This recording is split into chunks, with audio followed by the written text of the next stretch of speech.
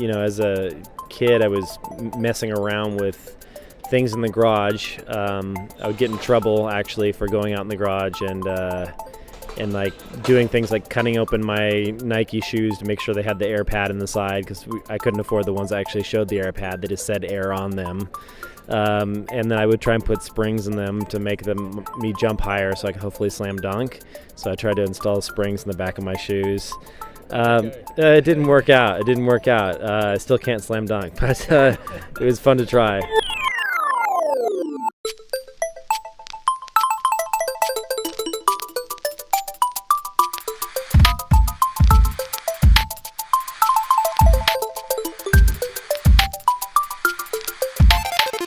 Welcome to Moonshot, the show where we explore the biggest ideas in tech and the people making them happen.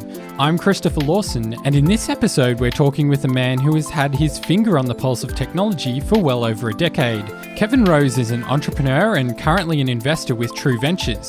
He previously founded Dig.com way back in 2004, along with a bunch of other startups. He was an early investor in companies like Twitter, Foursquare, and he even managed to get in on Facebook. And he has a real knack for spotting trends and picking ideas that can scale. So what future ideas is Kevin really excited about? And why won't he be investing in VR? Join us as we explore the future with Kevin Rose.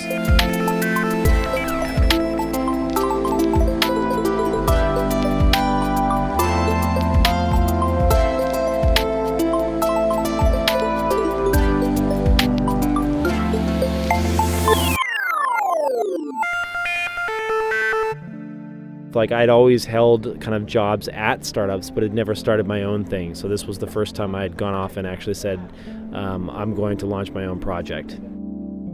My name is Kevin Rose. I'm an investor at True Ventures, and I'm also a serial entrepreneur. Kevin founded Dig.com back in 2004. It was a place where people could share links and ideas they found online. Many people will remember visiting websites and seeing the Dig This button, which enabled people to dig the content they loved and then vote on it. Well, at the time, I was just wanting to experiment with different ideas, and Dig just happened to be one that felt like it was the right time. A couple things that happened. One, Ajax had just started up. It allowed you to do like the click and actually see something change on the screen without actually having to go to an additional page. Actually, when Dig first started, you would click to dig something and it would take you to another page that said thank you for your dig. So when that came out, it just made it so much easier for people to participate on the web and like vote on things.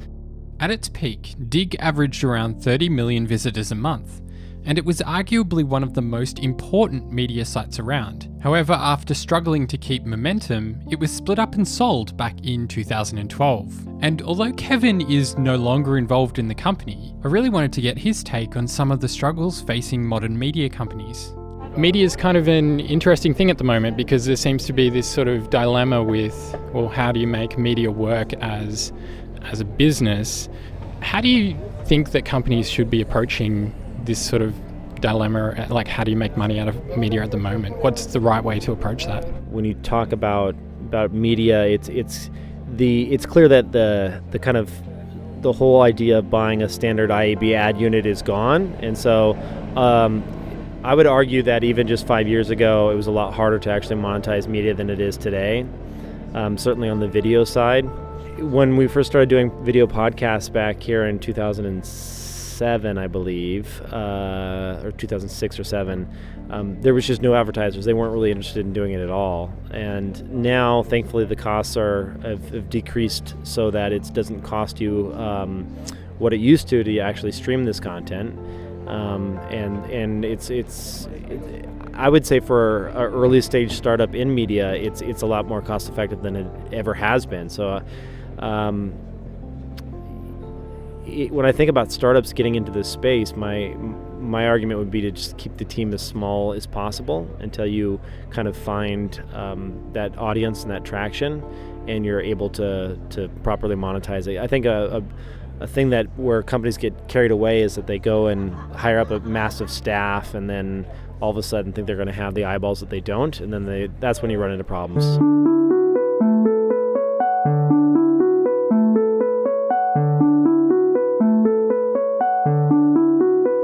You you also shifted from doing the startup thing into the investing world. Was that sort of like a natural move for you? How did that come about? It all started happening when Dig had started to take off, and it was probably 2006. And back in the Valley, everyone just kind of knew each other that had a startup that had some traction. So we all would get asked to speak at the same conferences. We would run into each other here or there. So really it was just very fortunate that I actually got to befriend these entrepreneurs and invest in the ones that I really thought had great products. So that was what led me to invest in Twitter and a bunch of the Foursquares of the world and Facebook and others, is just getting to know the founders, just because they happen to be within a few miles away from wherever you are. And San Francisco is only a 7x7 mile city, so it's you bump into people, and I think that's one of the nice things about the Bay Area, is that there is just so much of that serendipity of just bumping into like-minded people.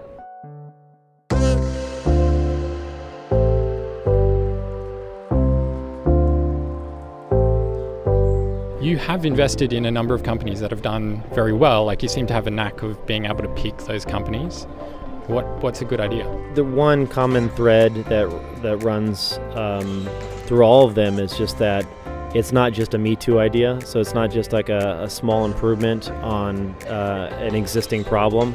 So as an investor, you have to say no to 95+% of the people that want to pitch you ideas. And that's not to say that they're going to fail, because I've certainly missed my fair share of good ideas as well.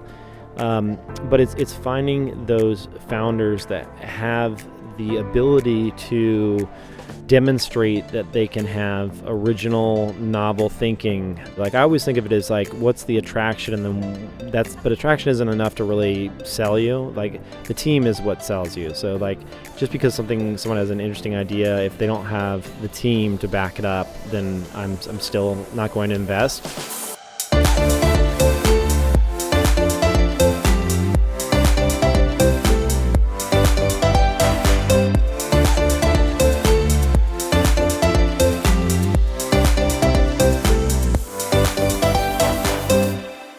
You mentioned the team being very important.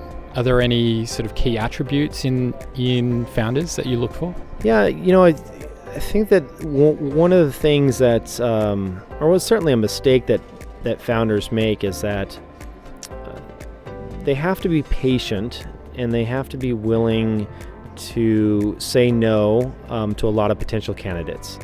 So certainly a mistake that I've made in the past, and I've seen other founders make, is that you're so desperate to fill a role that you make the wrong hiring decision. If there's anything I learned from Google, it's that you spend the key to success there is really saying no in those situations and waiting for the perfect candidate and someone that you're going to be able to fully trust in that role.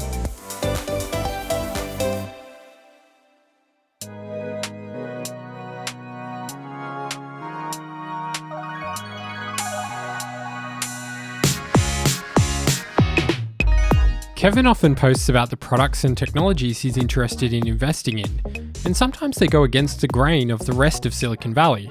One such area is virtual reality.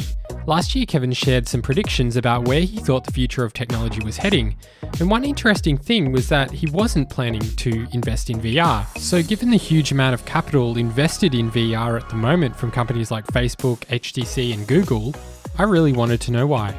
Can you walk me through your thoughts around VR and the decision to not invest in VR companies?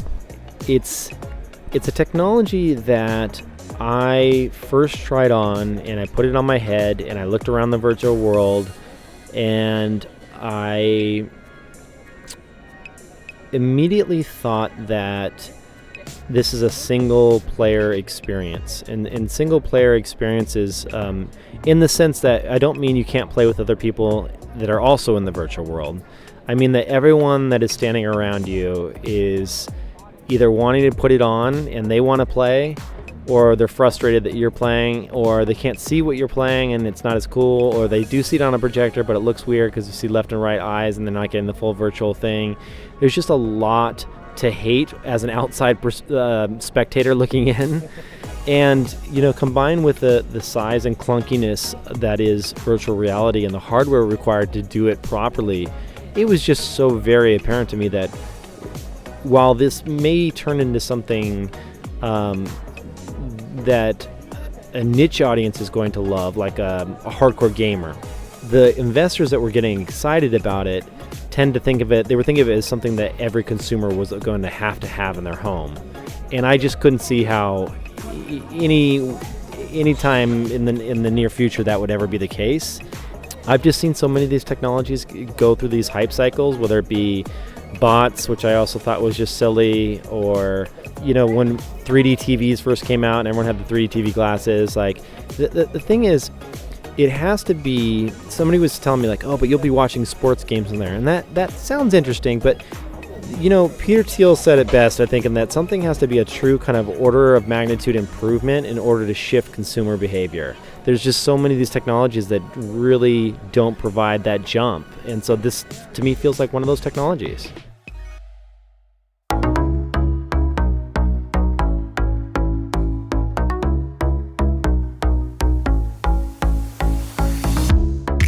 Just sort of like watching and reading all the content that you've put out, you talk about wearables all the time. Are there any sort of interesting ideas in wearables at the moment that you're fascinated with? Yeah, I think that, for me, we have so many different changes that are happening in our body right now that if we were provided the data could really help us in a variety of different ways. There's a True Ventures company that has invested in a patch that goes on the arm, and it just goes into the initial kind of like first layer dermis of your skin, so it doesn't actually hit the blood layer, and it can look at that fluid and determine your glucose levels right back to your phone instantly, which is pretty awesome. A lot of really interesting tech there. I'm also wearing a ring right now as we speak called the Oura Ring. The Oura Ring does, because it's a ring and it sits so close to the skin and doesn't move around like a watch, it's able to do milliseconds between heartbeats, so it can determine your variable heart rate.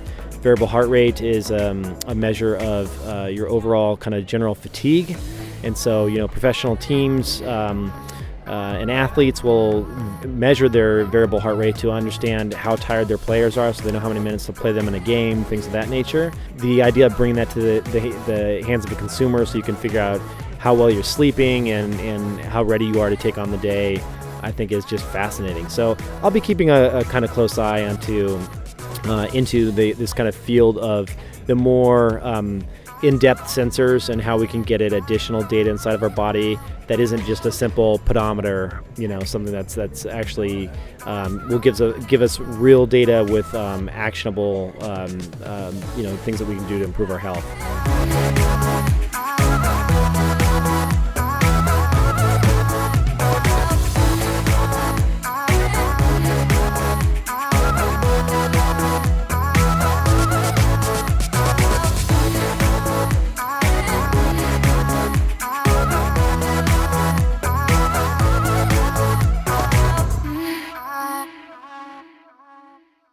How do you, as a founder and a serial entrepreneur, how do you deal with burnout? It's a good question. It's certainly something that has evolved over the years. I used to be a pretty hardcore kind of like, burning the candle at both ends, work into the night, eat crappy food. That was my lifestyle, and that was kind of my whole startup career was doing that. And that leads to burnout, and it leads to you just feeling like you're exhausted. It can lead to anxiety. It can lead to a whole slew of other health-related issues, GI issues, you name it. And so, I started to see some of this stuff appear, and I just realized, like, gosh, I need to figure out what balance is for me. And so that meant just really trying to be very thoughtful in how I plan out my days. And so taking the time to not get on my phone first thing in the morning, taking the time to do my own slow pour over coffee at home or tea at home, where It's not about rushing out and grabbing something quickly on the go, and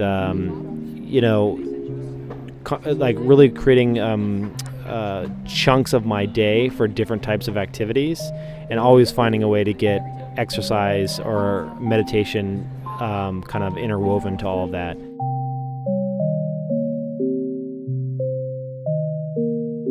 The issue that we have is that just distraction in general has increased so much. I don't think that we were necessarily, our brains have evolved yet fully to understand and deal with distraction. You'll go through a day and answer 75, 100 different emails and interact with another couple hundred tweets and 50 Facebook posts, and you think about, would this ever naturally happen if technology was not there? Would you actually talk to that many people? Would you actually respond? And the answer is like, no way. There would be 10 to 15 very essential things that you would think about per day. So I think this idea of just fragmenting our brain like this is, it reminds me of the old hard drive days when you'd use your hard drive so many different ways. You'd have to go and do a defrag on it to sort out the data again.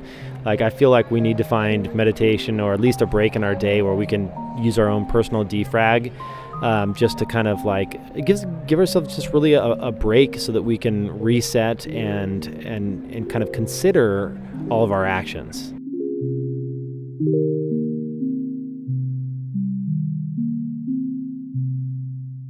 Is that what led you down the pathway to sort of build this meditation app? It's seen a lot of great apps out there that I've used to learn meditation and taken some courses and whatnot. And I just noticed that with practice, with time, led to just a little bit more slow little tiny changes in terms of just being able to take a deep breath and kind of not need stimulation 24/7. I feel like it's once you break out and you leave the technology echo chamber, you'll be amazed at how entrenched you were. Some people can handle that probably for their entire lives. Others, like myself, realize that can lead to an overstimulated mind, and it doesn't lead to peace. It really doesn't. It's just we need to find balance, man. I'm telling you, it's coming for all of us. And I think I was on a little bit of an accelerated path due to being in startups for so many years. Now that I'm kind of back out of it and I can observe it from afar, I'm just like, wow, I was one of those guys that was just so into their phone, Yeah.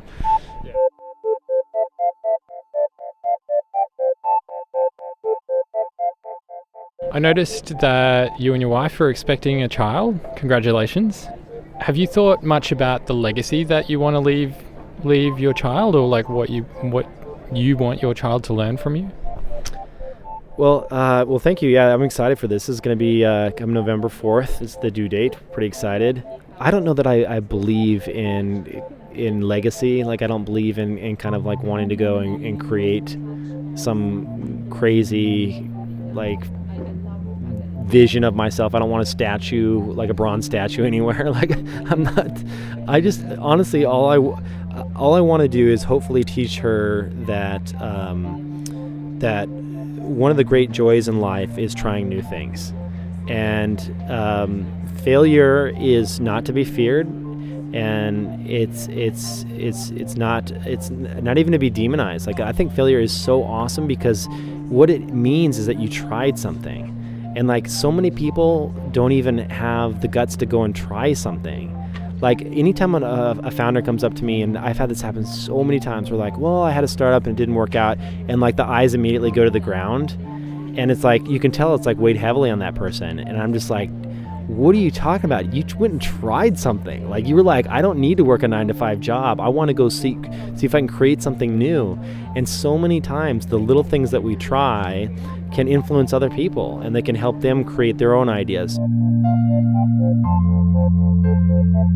What do you do when you fail? Do you just brush it off and not think about it, or what do you have a process of dealing with those things? It's funny. I don't really think of it it is something that needs to be brushed off anymore. It's like, I used to think of like, oh gosh, just don't let it get to you, like this and that. And I think the way that I've reframed it in my mind is that, and we know this quite well in venture, it's like, 80% of your investments, or 75 if you're lucky, are gonna end up failing. And that's the game that you play. And that's like, but that's okay. That's the nature of this whole beast and trying out new ideas. So, I don't really brush it off. I just think like, well, that was fun. I learned something because, and it was cool because you got to see that project in your brain turn into a real life thing. And so like that, for me, that's like what I wanted out of it. And success and scale and millions of users, that's all gravy. That's like awesome to have. Like, of course, people want their product to be used by as many people as possible. But I think just getting the idea out and seeing it function is cool enough for me. Each of our brains is so unique. You just don't know if your idea is going to resonate with more people, or if you might think it's the coolest thing in the world. It's like no one thinks their own baby's ugly kind of thing. So it's like that's the way I kind of look at it. Is like, if I can get to that point of launching it, I'll be pretty happy.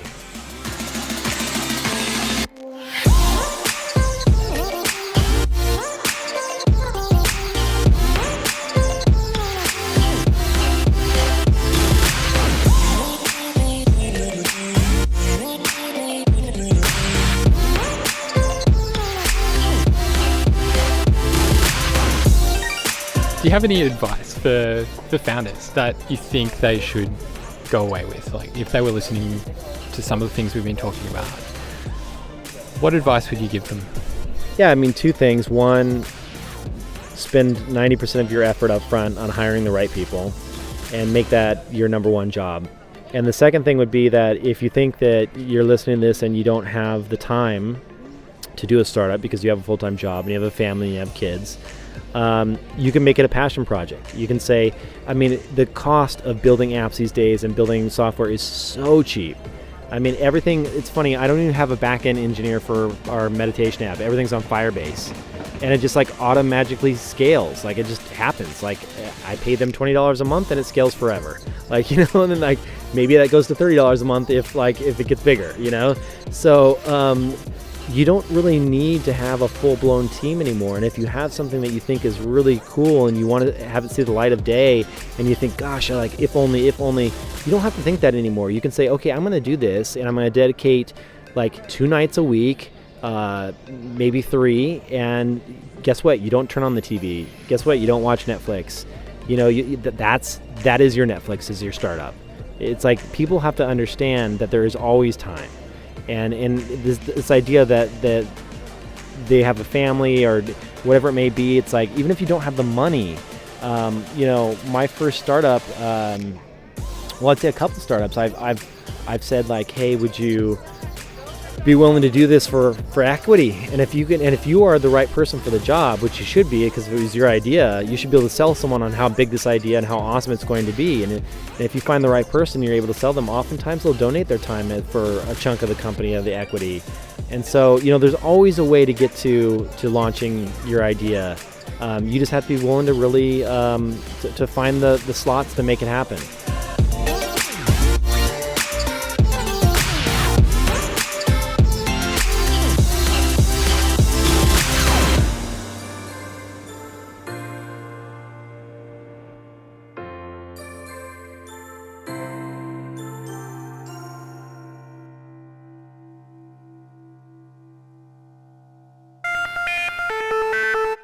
If you love what we're doing with Moonshot, jump on over to Apple Podcasts and leave us a review. And don't forget to share it with your friends.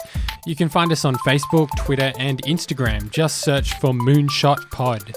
Our cover artwork is by the very talented Andrew Millist, and our theme music is by Breakmaster Cylinder.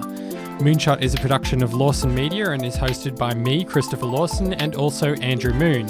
Join us next time as we dive or fly into the future.